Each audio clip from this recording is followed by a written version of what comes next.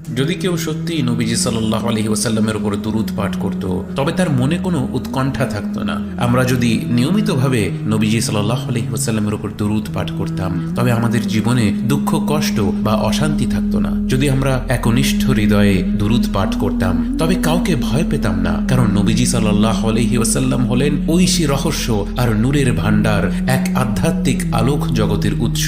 যখন স্বয়ং আল্লাহ তাআলা তাঁর প্রিয়তম বান্দার উপর দুরূদ পাঠ করেন, আমরা কি কল্পনা করতে পারি সেই বরকতের মাহাত্ম্য কত গভীর? এমন একটি দুরূদ পুরো সৃষ্টি জগতে ভারসাম্য ফিরিয়ে আনতে পারে, সব সংকট মিটিয়ে দিতে পারে। কিন্তু আফসোস, আমরা দুরূদ পাঠ করি, কিন্তু মনে দৃঢ় বিশ্বাস নিয়ে তা করতে পারি না। মুখে বলি, হৃদয় তাতে সাড়া দেয় না। আবু হুরায়রা রাদিয়াল্লাহু আনহু বর্ণনা করেন, নবীজি সাল্লাল্লাহু আলাইহি ওয়াসাল্লাম বলেছেন, যে বেশি বেশি দুরূদ পাঠ করে তার সকল দুশ্চিন্তা দূর হয়ে যায় এবং তার সকল গুনাহ মাফ করে দেওয়া হয়। তাহলে মানুষ